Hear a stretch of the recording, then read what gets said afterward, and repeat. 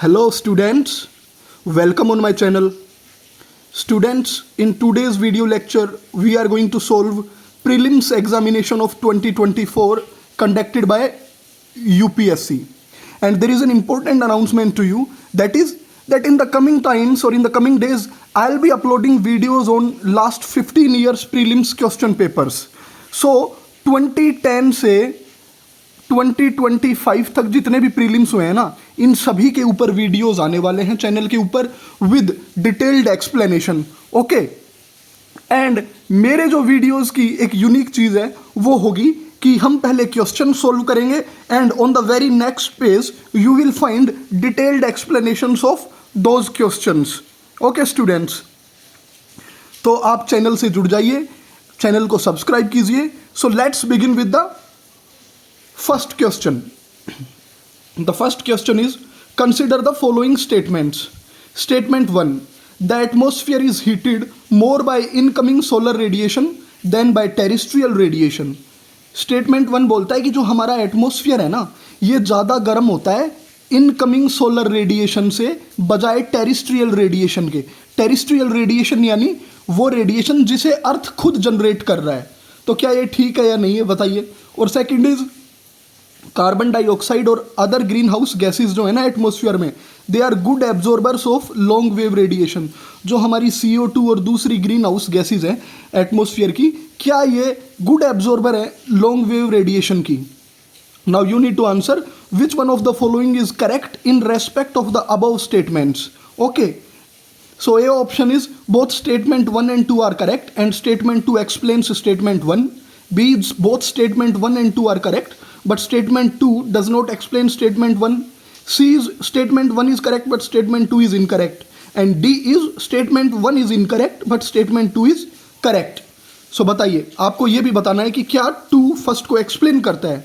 See, the first statement is wrong because atmosphere is heated more by terrestrial radiation than by incoming solar radiation. हमारा atmosphere terrestrial radiation से ज़्यादा heat होता है.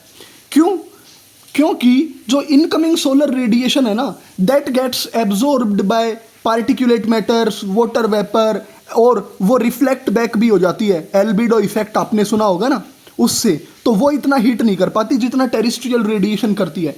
And second statement is correct because CO2 और green house gases long wave radiation को absorb कर लेती हैं, और ये एक कारण भी है, ये एक रीज़न है राइजिंग ग्लोबल वार्मिंग का. ठीक है ना.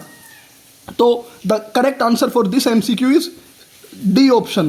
1 is incorrect and 2 is correct. Now you guys can read the entire explanation of first question here. Okay, ये आप खुद से पढ़ लीजिएगा, आपके कंसेप्ट्स और भी ज़्यादा क्लियर हो जाएंगे. Okay students, moving on to the second MCQ. Consider the following statements. Thickness of the troposphere at the equator is much greater as compare to poles. जो ट्रोपोस्फियर है, जो हमारी अर्थ की लेयर है ना, ट्रोपो, स्ट्रेटो, थर्मो, मेसो, तो जो troposphere की थिकनेस है वो इक्वेटर पे ज़्यादा है as compare to poles. Okay, and statement 2 is at the equator heat is transported to great heights by strong convectional currents. Equator पे हीट ट्रांसपोर्ट होती है ग्रेट हाइट्स पे बाय स्ट्रॉन्ग कन्वेक्शनल करंट्स. तो बताइए, क्या सेकंड स्टेटमेंट फर्स्ट को explain करता है, और क्या दोनों ठीक है या इनमें से कोई गलत है. See, the correct answer for second question is A option. Why? जो ट्रोपोस्फियर की थिकनेस है ना, दैट इज राइट, वो इक्वेटर पे मैक्सिमम है और पोल्स पे थोड़ी मिनिमम, थोड़ी कम होती है वो. और इसका रीज़न क्या है? Because temperature is high at equator. तो उसकी वजह से जो एयर होती है वो ग्रेटर हाइट्स पे पहुंचती है with the help of convectional currents. So second statement is the correct explanation of first statement and the answer is A. Okay, and आप यहाँ पे सब देख भी सकते हैं, मैंने जो एक्सप्लेनेशन दिया है सेकेंड MCQ का, कि जो एवरेज हाइट है ट्रोपोस्फियर की that is 16 kilometre over the equator and 6 kilometre over the poles. Okay, तो सारी डिटेल होंगी इसके अंदर आपकी. आप यहाँ ये भी देख लीजिएगा, ट्रोपोस्फियर का लिटरल मीनिंग होता है वो zone where mixing takes place, जहाँ पे एयर और ये सब चीज़ें मिक्सिंग होती हैं. और ट्रोपोपोज क्या होता है? जहाँ पे मिक्सिंग रुक जाती है. ओके, तो ये आपका करेक्ट एक्सप्लेनेशन देख लीजिएगा आप. Now moving on to the third question. Third MCQ is consider the following. 1 pyroclastic debris, second is ash and dust, third is nitrogen compounds, and 4 is sulfur compounds. Now question says how many of the above are products of volcanic eruptions. अब ये जो 4 नाम दिए हैं इनमें से जब एक वोल्केनो इरप्ट होता है तो क्या क्या निकलता है बताइए आप उसके साथ. ओनली 1, केवल पायरोक्लास्टिक डेब्रिस, या इनमें से कोई 2, या 3, या सारे के सारे. सी the correct answer is all 4. जब भी कोई वोल्केनो इरप्ट होता है ना तो उसके साथ ये चारों चीज़ें निकलती हैं. Sulphur compounds, nitrogen, ash and dust, pyroclastic debris. Okay, you guys can see it in the explanation. मैंने ऐड कर दिया है क्वेश्चन 3 की एक्सप्लेनेशन कि सल्फर फ्यूमेरोल्स निकलते हैं. ओके, देन स्कोरिया, एश, डस्ट, जिनको टेफ्रा बोला जाता है, ये सब निकलता है. ओके, तो करेक्ट आंसर हो जाएगा इस केस में all 4. Now fourth question says which of the following is are correct inferences from isothermal maps in the month of January. Okay, so before solving the question it is important to know what is isothermal. See, isothermal lines are those lines on the map which connect areas with same temperature. जिन areas का, जिन locations का temperature same होता है ना उनको connect करती हैं ये line, isothermal lines. Okay, so अब जनवरी में पूछा जा रहा है कि जनवरी में वो कैसे होंगी. January, the isotherms deviate to the north over the ocean and to the south over the continent. Okay, and second is presence of cold ocean currents, Gulf Stream and North Atlantic drift makes the North Atlantic Ocean colder and the isotherms bend towards the north. See, पहले second statement को अगर देखें ना, अगर आपने NCERT ध्यान से पढ़ी है, देन यू विल फाइंड कि जो गल्फ स्ट्रीम और नॉर्थ अटलांटिक ड्रिफ्ट है ना, they are not cold ocean currents, they are warm ocean currents. Gulf Stream और नॉर्थ अटलांटिक स्ट्रीम तो वॉर्म ओशियन करंट्स हैं, वॉर्म ओशियन करंट्स. और warm ocean currents तो क्या करेगा, कूल थोड़ी करेगा. वो क्या करता है, वो तो थोड़ा सा टेम्परेचर बढ़ाता है. ओके, तो सेकंड स्टेटमेंट तो आपकी रॉन्ग हो गई. Now coming to the first statement, isotherms deviate करते हैं नॉर्थ में ओशियन के ऊपर and to the south over the continent. This is correct statement. See, अब जनवरी के मंथ में क्या होता है, नदर्न हेमिस्फीयर में ना विंटर्स होते हैं तो टेम्परेचर लो होता है, और सदर्न हेमिस्फीयर में क्या होता है, टेम्परेचर हाई होता है.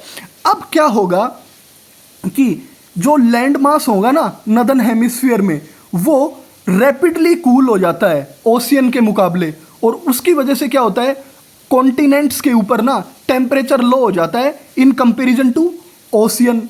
और ओशियंस के ऊपर क्या होता है, वाटर जो होता है ना ओशियन का वाटर, उसकी हीट रिटेंशन कैपेसिटी ज़्यादा होती है, तो वो क्या करता है, वहाँ रहता है टेम्परेचर हाइयर. तो इसकी वजह से क्या होता है, जो आइसोथर्म्स होते हैं ना वो यानी ओशियन के ऊपर तो नॉर्थ में जाएंगे, और जैसे ही आइसोथर्म्स को हम देखेंगे मैप के ऊपर लैंड मासेस या कॉन्टिनेंट पे आएंगे ना, then they will bend towards south. Okay, so आप यहाँ देखिए, ये मैप रहा, ये देखिए ये आइसोथर्म्स लाइन है. नदर्न हेमिस्फीयर में आप देखेंगे ना तो ये देखिए वाटर के ऊपर टेम्परेचर थोड़ा हाई रहता है, तो ये देखिए नॉर्थ की तरफ बैंड हो रही है. और जैसे ही लैंड के ऊपर आप इनको देखोगे टेम्परेचर गिरता है, वाटर की हीट रिटेनिंग कैपेसिटी ज़्यादा होती है ना, तो ये लाइन थोड़ी नीचे आ जाती है कॉन्टिनेंट्स पे. Okay, in comparison to oceans. तो करेक्ट आंसर क्या हो गया आपका, ए, 1 ओनली. और आप एक ये फैक्ट याद रखेंगे कि गल्फ स्ट्रीम और नॉर्थ अटलांटिक ड्रिफ्ट जो है ना, they are warm ocean currents. Okay, यहां मैं एक्सप्लेनेशन में लिख देता हूं that Gulf Stream and North Atlantic Drift, North Atlantic Drift are warm. ये कोल्ड ओशियन करंट्स नहीं है, वॉर्म है, आप याद रखेंगे, are warm currents. Okay students, now coming to the fifth question, which of the following countries are well known as the 2 largest cocoa producers in the world. See ये current affairs का question था, वैसे static भी बनता है, geography का पूछ लिया उन्होंने कि कोकोआ प्रोड्यूसर है, लेकिन रीजन क्या था इसको पूछने का कि कोकोआ क्राइसिस चल रहा था दुनिया में 1.5 से 2 साल में, अगर आपने किसी आर्टिकल में पढ़ा हो तो बहुत ही ज़्यादा शॉर्टेज आ रही थी चॉकलेट इंडस्ट्री, कॉफ़ी इंडस्ट्री को, जिनमें कोकोआ को यूज़ किया जाता है उनमें। Okay, see the correct answer for this MCQ is C option, Cote d'Ivoire and Ghana. ये कोट डी इवोरी और घाना है ना, ये 2 लार्जेस्ट प्रोड्यूसर हैं कोकोआ के। And now coming to the explanation, see you can see, ये down to earth पे था ये आर्टिकल, वहां से मैंने ये स्क्रीनशॉट लिया। Shortage of cocoa beans has led to near shutdown of processing plants in Ivory Coast and Ghana, the 2 countries responsible for 60% of global production. ये जो घाना और कोट डी इवोरी है ना, ये दुनिया का 60% कोकोआ प्रोड्यूस करते हैं, देख लीजिए, इतना इंपॉर्टेंट फैक्ट आप ध्यान रखिएगा ये 5th का। Okay, see now coming to the 6th question, static question है, मैप प्रैक्टिस अगर आपने की होती तो आपको ये क्वेश्चन आता। Question says with reference to Himalayas, with reference to the Himalayan rivers joining the Ganga downstream of Prayagraj from west to east, which one of the following sequence is correct। ये जो हिमालयन रिवर्स दी गई है ना नीचे आपको, ये गंगा को join करती हैं प्रयागराज में आके, तो इनमें आपको ये पूछा हुआ है सिंपली कि आपको ये वेस्ट टू ईस्ट सीक्वेंस में अरेंज करना है, तो कौन सा ऑप्शन करेक्ट होगा इस कंटेक्स्ट में, बताइए आप 6th में। A option is Ghaghara Gomti Gandak Kosi, B is Gomti Ghaghara Gandak Kosi, C is Ghaghara Gomti Kosi Gandak and D is Gomti Ghaghara Kosi Gandak. See the correct answer for this question is B option.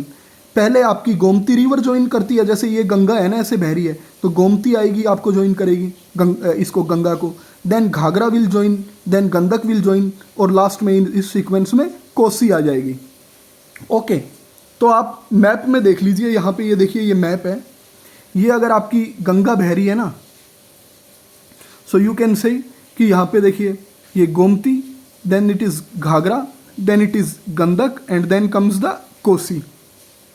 तो आपको ये याद रखना है, अगर आप अगली साल या कभी नेक्स्ट टू नेक्स्ट ईयर किसी एग्जाम में यूपीएससी पूछ ले कि ये नीचे जो ट्रिब्यूटरीज है ना ये यमुना रिवर की हैं, इनको अरेंज करो ईस्ट से वेस्ट, ये सिंध, बेटवा, केन, चंबल, बनास, ये सब यमुना रिवर की ट्रिब्यूटरी हैं, तो इनके ऊपर भी आप प्रैक्टिस कर लीजिएगा मैप के ऊपर। Okay, now moving on to the 7th question, statement 1 says rainfall is one of the reason for weathering of rocks. देखिए आपने वेदरिंग ऑफ रॉक्स तो एनसीईआरटी में भी है, जीसी लियोंग पढ़ते हैं उसमें भी है, क्या वेदरिंग ऑफ रॉक्स जो है वो रेनफॉल से होती है? सी पहले ये इंपॉर्टेंट है समझना, वेदरिंग ऑफ रॉक्स क्या है। Weathering of rocks is disintegration and decomposition of rocks. Rocks का डिसइंटीग्रेशन और डीकम्पोजिशन हो जाना वेदरिंग कहलाता है, और there are different factors for weathering of rocks. Physical factors हैं, बायोलॉजिकल केमिकल साइकिल्स के फैक्टर हैं, ठीक है। डिसइंटीग्रेशन एंड डीकम्पोजिशन होता है वेदरिंग। तो अब आप बताइए, second statement is rainwater contains CO2 in the solution. अब रेन वाटर होता है उसके अंदर CO2 होता है, and rainwater contains atmospheric oxygen. Rainwater के अंदर थोड़ी ऑक्सीजन भी होती है। Which one of the following is correct in respect of the above statements? A both statement 2 and 3 are correct and both of them explain statement 1। दोनों correct हैं 2 और 3, और दोनों एक्सप्लेन करती हैं करेक्टली स्टेटमेंट 1 को। स्टेटमेंट 2 स्टेटमेंट ऑप्शन बी बोलता है statement 2 and statement 3 are correct but only one of them explains statement 1। ये दोनों ठीक हैं, लेकिन क्या इनमें से कोई एक एक्सप्लेन करता है स्टेटमेंट 1 को? देखिए कितना मतलब क्वेश्चन इजी है, लेकिन कितनी अंडरस्टैंडिंग चेक कर रहा है यूपीएससी आपकी, कि कोई तुक्के से ठीक कर ही ना पाए। वैसे बिल्कुल जिसको अंडरस्टैंडिंग होगी, कंसेप्चुअल क्लैरिटी, ऐसे ही एस्पिरेंट्स चाहिए हमें, ऐसे ही ऑफिसर्स चाहिए। See only one of the statement 2 and 3 is correct, that explains statement 1। And D neither statement 2 nor statement 3 is correct. Statement 2 और 3 दोनों गलत हैं, फोर्थ डी ऑप्शन ऐसे बोल रहा है। तो बताइए, see the correct answer for this question is A option. जो स्टेटमेंट 2 और 3 है ना, ये करेक्ट एक्सप्लेनेशन है स्टेटमेंट 1 की। स्टेटमेंट 1 में रेनफॉल बिल्कुल सही बात है, रिस्पॉन्सिबल है रॉक्स को डिसइंटीग्रेट और डिकम्पोज करने के लिए, जिसे हम वेदरिंग बोलते हैं। और स्टेटमेंट 2 जो है ना, बिल्कुल सही बात है, उसके अंदर CO2 होता है और जब वो रॉक्स के ऊपर जाके गिरता है ना तो केमिकल रिएक्शन होता है और रॉक्स ग्रेजुअली स्टार्ट्स डिसइंटीग्रेटिंग और डिकम्पोजिंग। और 3 वाटर के अंदर ना ऑक्सीजन भी होता है। ओके, अब आप इसकी जो करेक्ट एक्सप्लेनेशन है ये देखिए, इनको आप देख लीजिएगा कि क्या क्या फैक्टर्स हैं जिनकी वजह से वेदरिंग ऑफ रॉक्स होता है। मॉइस्चर और वाटर भी करता है, फ्रोस्ट भी, इंसोलेशन भी, टेम्परेचर का राइज होना, गिरना, ये रॉक्स इसकी वजह से ना जब टेम्परेचर राइज हो जाएगा तो रॉक्स डिसइंटीग्रेट करेंगी, वो टूटेंगी। जैसे ही रात को टेम्परेचर डाउन होता है वो फिर से सिकुड़ जाती हैं। तो ये साइकिल काफ़ी ईयर्स तक चलती है, ठीक है ना, 1000 ऑफ ईयर्स, 100 ऑफ ईयर्स तक जब जाके डिसइंटीग्रेट होते हैं वो। विंड भी डिसइंटीग्रेटिंग फैक्टर है आपका। आपने ये सब चीज़ें, एक्सफोलिएशन और ये सब चीज़ें आपने NCERT में पढ़ी होंगी। ओके, फिर केमिकल वेदरिंग एजेंट्स भी होता है, ये देखिए CO2, ऑक्सीजन, ये सब आ गए यहाँ पे। हाइड्रोजन भी है। वेजिटेशन, एनिमल्स, माइक्रो ऑर्गेनिजम्स जो रहते हैं रॉक्स के अंदर, छोटे छोटे पेड़ उग जाते हैं उनके अंदर, वो भी डिसइंटीग्रेट करते हैं। तो देखिए बिल्कुल करेक्ट एक्सप्लेनेशन, CO2 और जो ऑक्सीजन है ये मैंने यहाँ एक्सप्लेनेशन में बता दी है। आप इन बाकी, इसके साथ साथ बाकी अदर फैक्टर्स को भी याद कर लीजिएगा, ठीक है ना। Now moving on to the next MCQ, question 8, consider the following countries, Finland, Germany, Norway, Russia. How many of the above countries have a border with North Sea. अब आपको बताना है कि ये जो ऊपर कंट्रीज हैं इनमें से किस कंट्री का बॉर्डर नॉर्थ सी के लगता है, किसकी कोस्ट लाइन लगती है, बताइए आप। ओनली 1, इन 4 में से किसी एक की लगती है, ओनली 2, ओनली 3 या ऑल 4, या सभी के सभी टच होते हैं, बताइए। See the correct answer for this question is only 2, B option. इन 4 में से केवल 2 कंट्रीज हैं जिनकी कोस्ट लाइन लगती है नॉर्थ सी के। ओके, आइए मैप के ऊपर देखते हैं कौन से कंट्रीज हैं। ये देखिए, ये आपका नॉर्थ सी है। अब देखिए, एक तो नॉर्वे टच कर रहा है, डेनमार्क भी कर रहा है, सी जर्मनी भी टच कर रहा है, यूनाइटेड किंगडम भी करता है, फ्रांस, बेल्जियम, नीदरलैंड्स, ये सारे करते हैं। ओके, तो अब ऑप्शंस पे देखें तो एक तो जर्मनी टच कर रहा है, हमें जर्मनी मिल गया। और रसिया हमें कहीं मिला था, रसिया हमें नहीं मिला, कहीं भी टच नहीं कर रहा रसिया। फिर क्या कहीं फिनलैंड टच कर रहा है इसमें, बताइए आप। नहीं दिख रहा, लेकिन नॉर्वे दिख रहा है, ये देखिए नॉर्वे। तो यहाँ पे आंसर में जर्मनी और नॉर्वे दोनों कनेक्ट, इनकी दोनों की जो कोस्ट लाइन है that touches North Sea. So correct answer हो गया ओनली 2, रसिया और फिनलैंड नहीं थी। ओके, आप मैप को फिर से देख लीजिएगा और आप एक्रोनियम्स बना लीजिए इनको लेके। मेरे चैनल के शॉर्ट्स पे एक्रोनियम आती रहती हैं ज्योग्राफी पे, वाटर बॉडीज को कैसे याद किया जाए। Now moving on to the 9th question, that is consider the following information. In one table waterfall is given, in the next region is being talked about, and third there is river. So first is Dhuandar waterfall, region Malwa, and it is on Narmada river. Second is Hundru waterfall, region Chota Nagpur plateau, and river is Subarnarekha river. Third is Gero Sapa waterfall, region Western Ghats, and river Netravati. In how many of the above rows is given information correctly matched? ये जो information है इनमें से कौन सा pair correctly matched है, कितने में ठीक है? ओनली 1, ओनली 2, ऑल 3 और नन, क्या कोई भी ठीक नहीं है, बताइए। See the correct answer for 9th question is only 1, A option correct है, इनमें से केवल एक ठीक है। अब एक्सप्लेनेशन में देखते हैं। 9th, जो धुआंधार फॉल्स है ना वो नर्मदा रिवर पे है, लेकिन वो मालवा रीजन के ऊपर नहीं है, ठीक है। ये देखिए आप, तो ये करेक्ट हो गया। ये नर्मदा तो विंध्या सतपुरा रेंज है, उसके कहीं उनके बीच में बह रही है, ठीक है, तो ये मालवा रीजन तो बिल्कुल भी नहीं है। अब हुंद्रू देखते हैं। Hundru falls on Subarnarekha river is correctly matched with Chota Nagpur plateau. जो हुंद्रू फॉल्स है ना ये सुवर्णरेखा रिवर के ऊपर है और छोटा नागपुर प्लेट्यू के ऊपर ही है।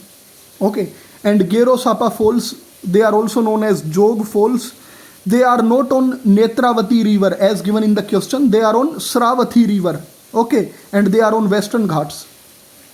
सो यहाँ पे गलती क्या कर दी, रिवर में गलती कर दी। गेरोसापा जिनको जोग फॉल्स भी कहा जाता है, they are not on Netravati, they are on Shravati.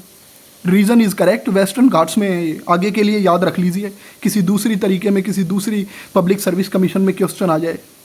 और यहाँ सेकंड बिल्कुल ठीक है, हुंद्रू, सुवर्ण रेखा और छोटा नागपुर पे है। सेकंड, फर्स्ट में क्या थी, मालवा में नहीं है। नर्मदा रिवर तो विंध्या और सतपुरा के बीच में बह रही है। ओके, तो करेक्ट आंसर ओनली 1 हो गया आपका। यहाँ पे नीचे डिटेल्ड एक्सप्लेनेशन है, बार बार रिवाइज कीजिएगा। पीडीएफ आपको मेरे टेलीग्राम ग्रुप में मिल जाएगी, Badal sir education. Now coming to the 10th question, consider the following information. In this question is also reason is given, name of the mountains range is there and type of mountains.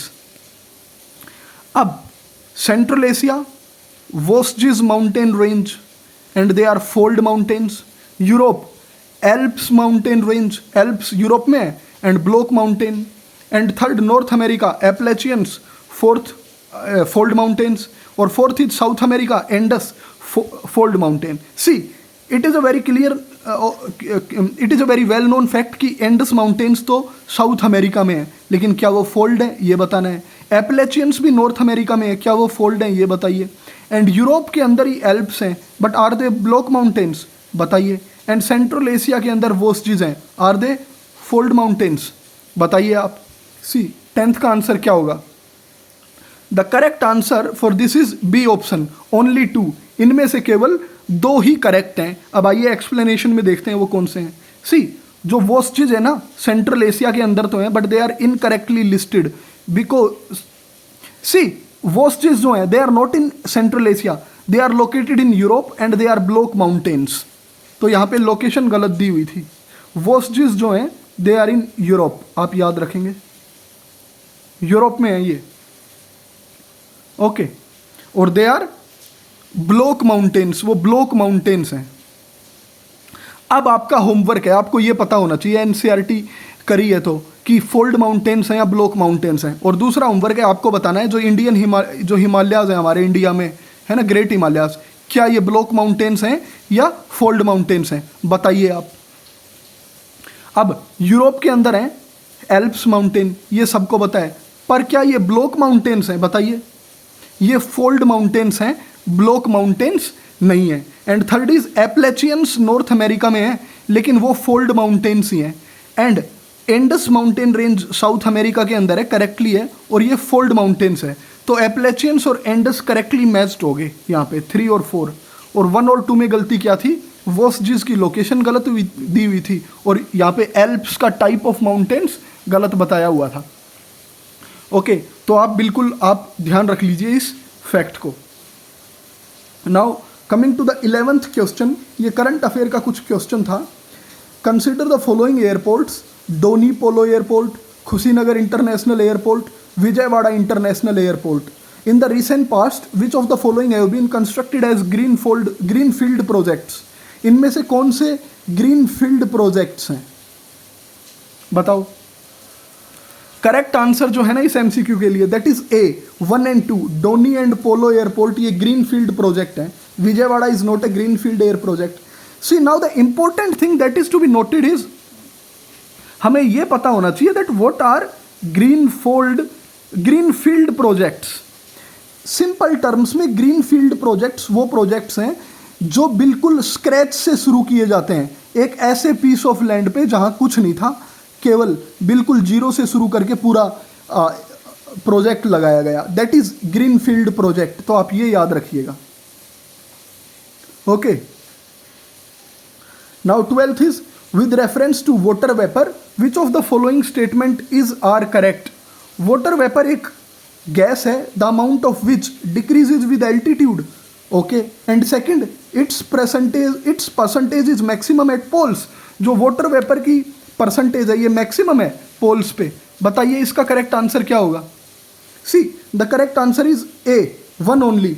जो water vapour है ना, ये एक gas है जो जैसे जैसे आप हाइट पे जाएंगे ना, एल्टीट्यूड पे, वैसे वैसे डिक्रीज होता जाएगा, और इसकी परसेंटेज ना इक्वेटर पे मैक्सिमम होती है, पोल्स पे मैक्सिमम नहीं होती। समझ रहे हैं आप। और ये देखिए 12th की एक्सप्लेनेशन देखिए आप, वाटर वेपर कंसंट्रेशन हाइयर है इक्वेटर पे और लोअर पोल्स पे है। और रीजन भी याद कर लीजिए, क्या पता कभी पूछ लिया जाए। टेम्परेचर डिफरेंस इसका कारण है, क्योंकि जो वार्मर एयर है ना इक्वेटर के पास, that holds more moisture than cold air at the poles. अब जो इक्वेटर पे वार्म एयर है ना उसके अंदर ज़्यादा मॉइस्चर मिलेगा देन द कोल्ड एयर जो पोलर एरियाज में होती है। और जैसे जैसे एयर राइज करती है ना वो अपने सैचुरेशन पॉइंट की तरफ जाती है और उसकी जो मॉइस्चर कैरिंग कैपेसिटी है वो डिक्रीज होती है। तो फर्स्ट ऑप्शन तो बिल्कुल करेक्ट है, सेकंड रॉन्ग है। बिल्कुल कंसेप्चुअल क्लैरिटी वाले सवाल हैं ये, तो मतलब इन सवालों को सोल्व करके तो ऐसा लग रहा है एनसीईआरटी पढ़ रहे हैं। बिल्कुल अच्छे से सवाल बना के पूछे यूपीएससी ने। Now coming to the 13th question, consider the following description. Annual and daily range of temperature is low, precipitation occurs throughout the year and precipitation varies between 50 centimetre to 250 centimetre. ये details दी गई हैं और आपको बताना है which is type of climate, किस तरीके के क्लाइमेट की बात की है। Equatorial, China type, humid subtropical या मैरीन वेस्ट कोस्ट क्लाइमेट, बताइए। सी, अब आंसर जानने से पहले the important thing that is to be noted here is UPSC ने ना ए ऑप्शन में इक्वेटोरियल क्लाइमेट रख दिया है और बी ऑप्शन बात करता है precipitation occurs throughout the year. अब इक्वेटोरियल में precipitation throughout the year रहती तो है, लेकिन क्या आंसर इक्वेटोरियल है? नहीं, आंसर है मैरीन वेस्ट कोस्ट क्लाइमेट। लेकिन स्टूडेंट से जल्दबाजी में गड़बड़ी करवाने के लिए ही ए ऑप्शन पुट किया है उसने। वो चाइना टाइप को भी रख देता ऊपर या ह्यूमिड सब ट्रॉपिकल क्लाइमेट को भी ए ऑप्शन बना सकता था। उसने इक्वेटोरियल क्लाइमेट को ए ऑप्शन बनाया इसलिए कि बच्चे सेकंड ऑप्शन को जल्दबाजी में पढ़ें, क्योंकि इक्वेटोरियल में भी प्रेसिपिटेशन होती ही रहती है, बहुत बारिश होती है इक्वेटोरियल क्लाइमेट में, तो जल्दी से हड़बड़ी में बच्चे ए ऑप्शन मार्क कर दें। बट डी ऑप्शन करेक्ट है, बिकॉज जो रेनफॉल का जो लेवल है ना इन सेंटीमीटर्स कितनी होती है वो डी ऑप्शन से मैच करता है। और डी ऑप्शन में प्रेसिपिटेशन भी थ्रू आउट द ईयर होती है। इक्वेटोरियल में प्रेसिपिटेशन तो 250 सेंटीमीटर से ऊपर ही होती है, 250 सेंटीमीटर से ये 450 तक भी चली जाती है, बहुत ज़्यादा रेनफॉल होती है। तो और annual daily range of temperature low है, वो इक्वेटोरियल में भी लो है, मान लिया डिurnal रेंज ऑफ टेम्परेचर, लेकिन वो मैरीन वेस्ट और कोस्ट क्लाइमेट में भी लो रहती है। तो तीनों के तीनों जो ये ऑप्शन है ना ये डी में ज़्यादा बी फिटिंग है, तो डी करेक्ट है। इक्वेटोरियल में केवल ये दो ही मैच कर रहे थे, थर्ड नहीं कर रहा था। Okay, now coming on to the 14th question, with reference to Coriolis force which of the following statements is are correct. Coriolis force को लेके कौन से स्टेटमेंट करेक्ट है? See, first it becomes important to understand what is Coriolis force. आप simpler terms में बस ये याद रखिए, जो कोरियोलिस फोर्स है ना it is nothing but effect of rotational movement of the earth. Earth जो घूम रही है ना, आप उसी को, अर्थ के रोटेशनल इफेक्ट को ही आप कोरियोलिस फोर्स मान लीजिए कि अर्थ का घूमना ही कोरियोलिस फोर्स है। बस आप ऐसे समझिए इसको, बिल्कुल आसान भाषा में। Now first option says it increases with increase in wind velocity. जो विंड की वेलोसिटी है क्या उसके साथ कोरियोलिस फोर्स भी इंक्रीज होता है? And it is maximum at the poles and is absent at the equator. जो कोरियोलिस फोर्स है वो पोल्स पे मैक्सिमम है और इक्वेटर पे जीरो है, बिल्कुल एब्सेंट है। तो आपको करेक्ट बताना है, करेक्ट क्या है। See, the correct answer for this MCQ is C option, both 1 and 2 are correct. दोनों के दोनों करेक्ट हैं। कोरियोलिस फोर्स पोल्स के ऊपर मैक्सिमम है और इक्वेटर पे बिल्कुल जीरो है, याद रखिएगा इसे आप।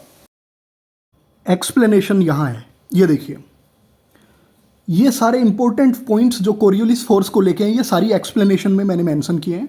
Coriolis force is not in itself a force, rather it is an effect of rotational movement of the earth.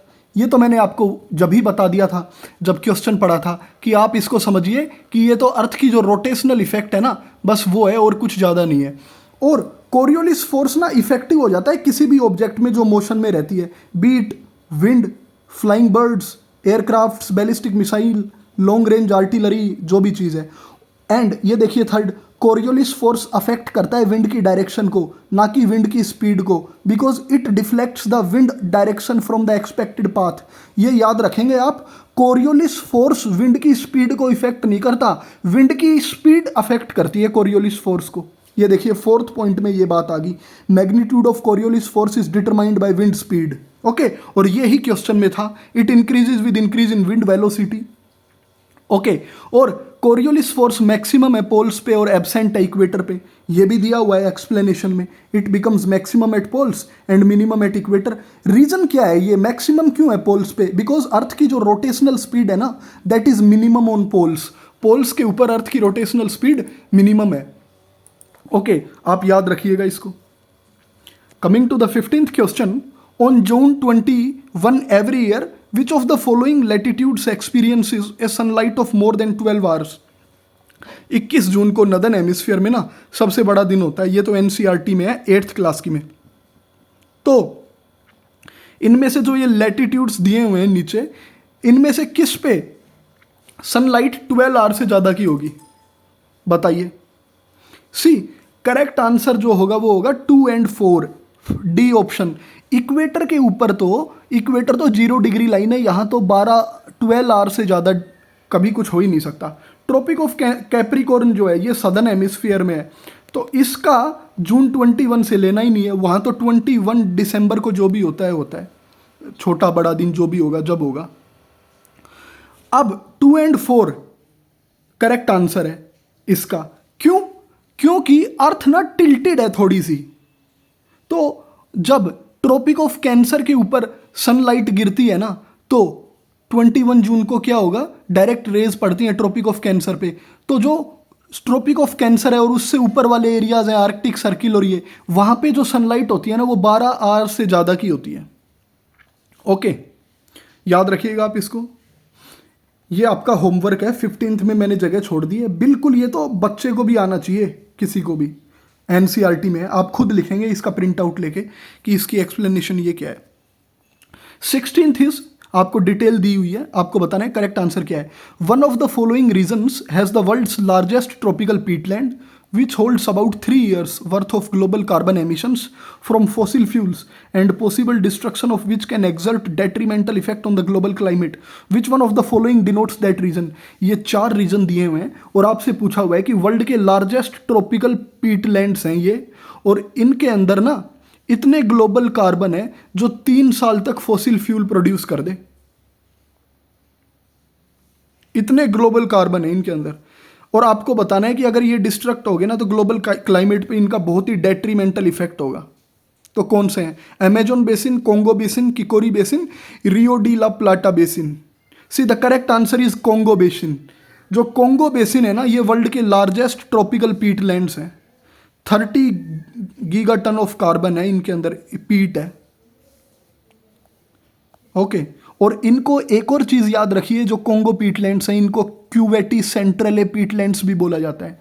And students, आपका एक ना होमवर्क है, आपको ये बताना है, ये लिख लीजिएगा कि एक ब्राजीलिया डिक्लेरेशन साइन हुआ था। ब्राजीलिया डिक्लेरेशन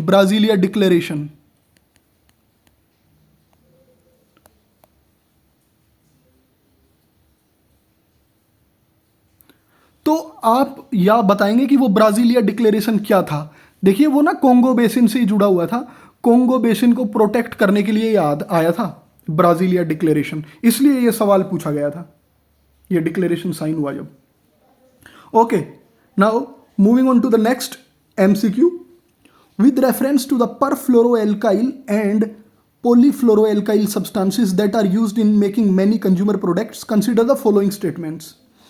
ये करंट का क्वेश्चन है, वैसे एनवायरनमेंट से आ गया, द हिंदू में बहुत ज़्यादा बात हुई थी इसकी जब ये पूछा गया। परफ्लोरोएल्काइल और polyfluoroalkyl substances are found to be widespread in drinking water, food and food packaging materials. इन सभी चीज़ों के अंदर ये होते हैं PFAS. PFAS are not easily degraded in the environment, ये जल्दी डिग्रेड नहीं होते आसानी से एनवायरनमेंट में। And persistent exposure to PFAS can lead to bioaccumulation in animal bodies. PFAS के लिए, अगर पीएफएस को आप ऐसे सब्सटेंसेस को कंज्यूम करते हैं जिनमें पीएफएस है, परफ्लोरोएल्काइल पॉलीफ्लोरोएल्काइल सब्सटेंसेस, तो बायो अक्यूमुलेशन भी हो जाता है। बताइए, see the correct answer is D, 1 2 3 तीनों में है ये बात। अब बायो अक्यूमुलेशन क्या होता है? सिंपल टर्म्स में एनिमल बॉडीज या माइक्रो ऑर्गेनिजम्स या इवन ह्यूमन बींग्स के अंदर जब टॉक्सिक मटेरियल जमा हो जाता है ना, टॉक्सिक कंपोनेंट्स या टॉक्सिक मटेरियल, आप उसको बायो अक्यूमुलेशन बोलते हैं। और ये तीनों ठीक हैं। और ये देखिए correct explanation, PFAs vast family of synthetic chemicals found in everyday products such as non-stick cookware, upholstery, food packaging, okay, industrial materials. The chemicals do not degrade easily in the environment. और ये line यूं की यूं easily degraded नहीं होते environment में। The Hindu से उठ के आई है, देख लीजिए आप। अब आप देख लीजिए न्यूज़पेपर कितना इंपॉर्टेंट है। एडवर्स हेल्थ इफेक्ट भी है, लीवर डैमेज कर देगा, low infant birth weight, hormonal imbalance, fertility issues, immune system, even carcinogenic भी होते हैं। देखिए सारी एक्सप्लेनेशन मैंने लगा दी है और ये देखिए सारा इस पे लिखा भी हुआ है। ओके, तो अब आप इसको याद रखेंगे।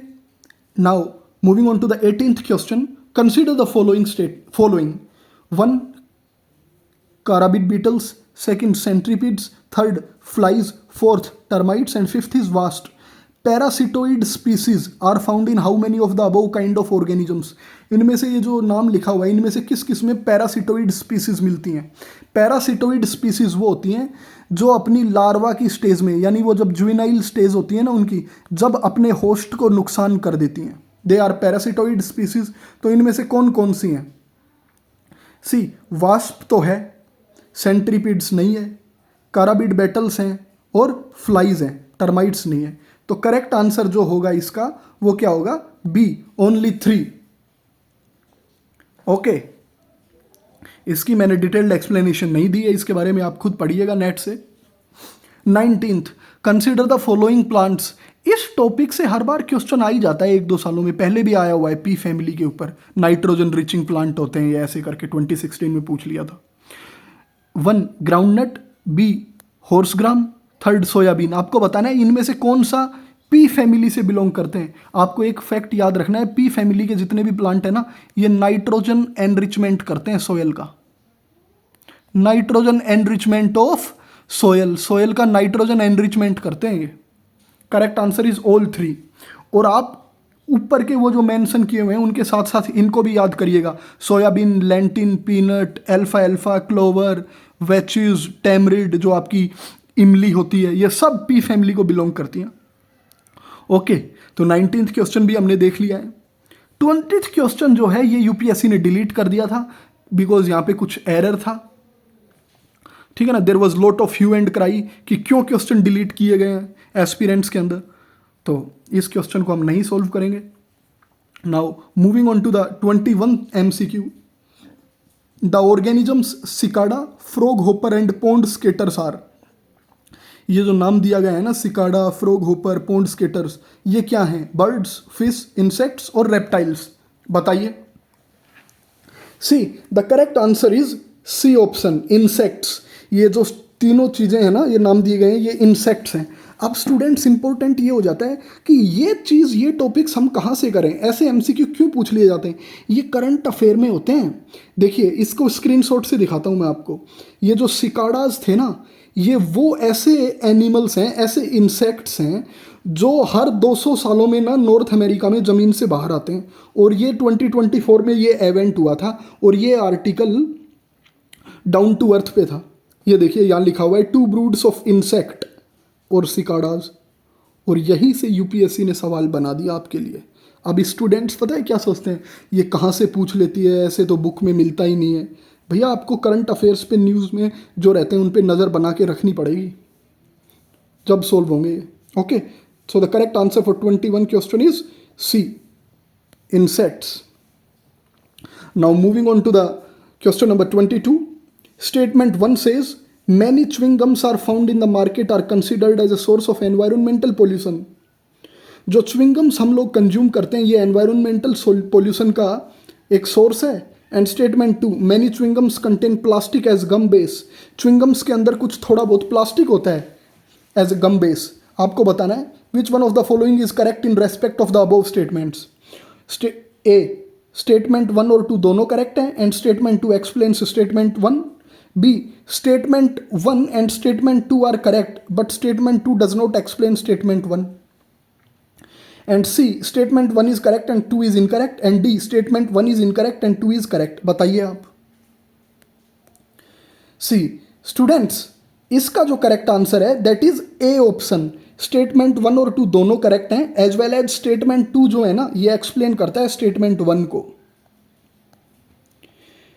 च्युइंग गम्स एनवायरमेंटल पोल्यूशन का सोर्स इसलिए है क्योंकि उनके अंदर प्लास्टिक होता है, माइक्रो प्लास्टिक. ओके, अब उनको हम खा के कहीं भी स्पिट कर देते हैं, कहीं भी फेंक देते हैं, तो उससे हमारा एनवायरनमेंट डैमेज होता है, सोयल को ख़राब करती है च्युइंग गम्स. ये देखिए, chewing gums can said micro plastics into saliva. ये एक आर्टिकल था, वहाँ से सवाल उठ के आया. च्युइंग गम्स के अंदर माइक्रो प्लास्टिक होता है. Coming on to the question number 23. एक तरफ कंट्री का नाम दिया है, दूसरी तरफ animals found in natural habitats. आपको बताना है कौन सा पेयर करेक्टली मैच्ड है. A, only 1, B, only 2, C, all 3 and D, none. See, the correct answer is D. कोई भी करेक्टली मैच्ड नहीं है. इनमें से इस कंट्री में ये मिलते ही नहीं है, जहां भी है ये मेंशन किया हुआ. Bonobo is not in Madagascar, elk is not in Indonesia, indri is not in Brazil. Okay, but अब आपका एक होमवर्क ये है, आपको पता करना है कि ये एनिमल्स जो हैं, होमवर्क है आपका कि ये नेचुरली किस कंट्रीज़ में मिलते हैं. Okay, coming to the question number 24. World toilet organisation. आपको वर्ल्ड टॉयलेट ऑर्गेनाइजेशन को लेके बताना है कि कौन सा स्टेटमेंट करेक्ट है. First is, it is one of the agencies of United Nations. World toilet organisation United Nations की एजेंसी है. सी, अब you just need to apply common sense. Had it been agency of world United Nations then we would have definitely read it somewhere. अगर ये United Nations की agency है ना तो इसे हम कहीं ना कहीं पढ़ते. कभी हमने तो पढ़ा ही नहीं, इतने न्यूज़पेपर में आर्टिकल आते हैं, कभी नहीं आया ये कॉमन सेंस. तो इस केस में इस लॉजिक को लगा के मैं बोलता हूँ दैट फर्स्ट इज रॉन्ग. अब world toilet summit, world toilet day and world toilet college are the initiatives of this organization to inspire actions to tackle the global sanitation crisis. See, if even you don't know the second statement whether it's correct और incorrect, you apply your common logic. आप common logic लगाइए. अब world toilet organization है, वो क्या करेगा? Definitely it will try to address sanitation crisis, और उसके इनिशिएटिव जो होंगे वो कुछ इसी तरीके के होंगे. World toilet summit, world toilet day, world toilet college. Okay, तो अगर हम सेकंड स्टेटमेंट को करेक्ट मानते हैं एंड फर्स्ट हमने देख लिया रॉन्ग है कॉमन सेंस से कि अभी यूएन की इतनी एजेंसी पढ़ी है हमने, world health organisation, world meteorological organisation, UNESCO और ये सब, तो कभी वर्ल्ड टॉयलेट ऑर्गेनाइजेशन को तो कभी मेंशन ही नहीं किया. ओके, तो फर्स्ट अगर रॉन्ग है तो सी ऑप्शन गेट्स एलिमिनेटेड. और सेकंड को अगर मैं ठीक मान लेता हूँ, जो बिल्कुल लेमैन टर्म्स में देखूँ, बिल्कुल कॉमन सेंस लगा के तो ठीक अपीयर होता है, तो सेकंड करेक्ट है. तो अब जहाँ सेकंड नहीं है, बी इज ऑल्सो गोन. अब थर्ड को पढ़ते हैं. The main focus of its function is to grant funds to the least developed countries and developing countries to achieve the end of open defecation. अब open defecation की problem widespread है developing और developed countries में, but world toilet organization क्या funds provide करता है इन countries को? See, the correct answer is B, 2 only. No, world toilet organization simply एक नॉन गवर्नमेंटल ऑर्गेनाइजेशन है. It doesn't provide any sort of funds. So D option gets eliminated. और टी जो 2 ओनली है, A, that becomes our correct answer. Okay, and here is the correct explanation. World Toilet Organization is a global non-profit organization committed to improve sanitation and toilet access worldwide. ये 2001 में इसे found किया गया by Jack Sim. He was a social entrepreneur from Singapore. Okay, and ये mission है. अगर world toilet organisation का headquarter याद रखिए, it is in Singapore. Founder Jack Sim. और इसका ऑब्जेक्टिव क्या है कि सैनिटेशन क्राइसिस को एड्रेस करना, इम्प्रूव करना टॉयलेट और सैनिटेशन कंडीशंस को वर्ल्ड वाइड. ये एक बेसिक ह्यूमन राइट होना चाहिए. Okay, now coming to the question number 25. Consider the following statements. Lions do not have a particular breeding season. Unlike most other big cats, cheetahs do not roar, and unlike male lions male leopards do not proclaim their territory by scent marking. तो आपको बताना है कि correct answer क्या है। Lions का कोई particular breeding season नहीं होता। Yes, this is correct. इनका कोई पर्टिकुलर ब्रीडिंग सीजन नहीं होता। सो 1 इज करेक्ट, करेक्ट ही हमें बताना है। And unlike most other big cats चीताज do not roar. जो चीताज होते हैं क्या वो नहीं दौड़ते? बिल्कुल सही बात है, they do not roar. So 1 and 2 are correct. अब थर्ड देखते हैं। Unlike male lions male leopards do not proclaim their territory by scent marking. They do, this is wrong. So A is right, 1 and 2 are correct. Students, जो leopards होते हैं ना, they also mark their territory by scent से mark कर देते हैं वो। Okay, अपना इलाका बना देते हैं कि ये हमारा है। सो आप याद रखेंगे इसको, करेक्ट आंसर है 1 and 2 only. So dear students, आज का जो वीडियो है ये यहीं एंड होता है, इसे हम यहीं तक रखेंगे। ये पार्ट 1 होगा हमारे MCQ एनालिसिस का। In our next video we will solve more questions. ठीक है, तो आप अभी जो 25 क्वेश्चंस मैंने करवाए हैं इनको आप सोल्व करिए। इनके अंदर जो कंसेप्चुअल क्लैरिटी है, खास करके ज्योग्राफी के क्वेश्चंस बहुत ज़्यादा है उनमें, इन सबको आप याद कर लीजिए। ओके, सो फ्रेंड्स, अब आज के वीडियो को बस छोटा ही रखते हैं। नेक्स्ट वीडियो में देखेंगे क्वेश्चन नंबर 26 से शुरुआत करेंगे। जो मैंने होमवर्क दिया है इन MCQs में आपको फाइंड आउट करना है क्या है क्या नहीं। ओके, देखिए मैंने आपको ये भी बताया था, फोल्ड माउंटेन्स, ब्लॉक माउंटेन्स, ये क्या है। चलो मैं सॉल्व करवा ही देता हूँ ये आपको। फोल्ड माउंटेन्स कौन से होते हैं और ब्लॉक माउंटेन्स कौन से होते हैं? सिंपली फोल्ड माउंटेन्स वो होते हैं जब टेक्टोनिक प्लेट्स आपस में टकराती हैं, व्हेन दे कन्वर्ज। जब टेक्टोनिक प्लेट्स कन्वर्ज करती हैं ना, टेक्टोनिक प्लेट्स कन्वर्ज, तो फोल्ड माउंटेन्स बनते हैं। और जब टेक्टोनिक प्लेट्स डाइवर्ज कर जाती हैं, एक दूसरी से दूर जाती हैं, divergence of tectonic plates, then it results into formation of block mountains. तो आप याद रखेंगे। ओके, सो स्टूडेंट्स, आप वीडियो को शेयर करिए, चैनल को सब्सक्राइब करिए। एंड अब अगले वीडियो में हम आगे मूव करेंगे इस क्वेश्चन पेपर में। So have a good day. Thank you friends.